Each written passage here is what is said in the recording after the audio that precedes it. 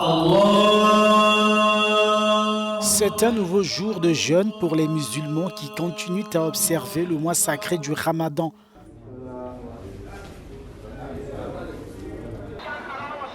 Malgré la chaleur en Sierra Leone, Fatmata, une vendeuse de fruits, reste ferme dans son engagement à remplir ses obligations religieuses.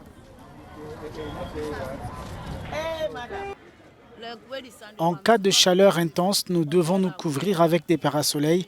Ce n'est pas facile. Je dois trouver un endroit froid pour m'allonger jusqu'à ce que l'intensité du soleil puisse baisser. Ensuite, je reviens continuer mon travail. En février, une équipe internationale de scientifiques a signifié une vague de chaleur intense en début de saison en Afrique de l'Ouest, phénomène généralement inexistant en mars ou avril, avec des températures dépassant les 40 degrés Celsius. Africa News a échangé avec le docteur Ahmad Ramadan Diallo sur le contexte climatique actuel ainsi que son lien avec les enseignements religieux. Nous disposons d'un hadith du prophète Mahomet qui nous parle de la chaleur qui se produira le jour du jugement. Allah compensera les personnes qui ont jeûné pendant la saison chaude par une eau spéciale qu'elles doivent boire. Mais c'est une chose qui peut encourager ceux d'entre nous qui ont jeûné pendant ce type de climat qui est si chaud ici en ce moment en Sierra Leone.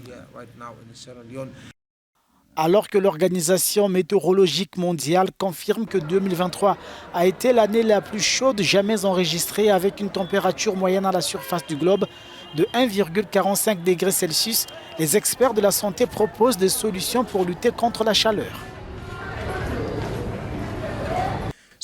Nous pouvons nous réhydrater, c'est la première recommandation. Et deuxièmement, nous pouvons aussi prendre des fruits comme la pastèque ou l'ananas. Ces fruits peuvent nous aider à retenir beaucoup d'eau dans notre corps.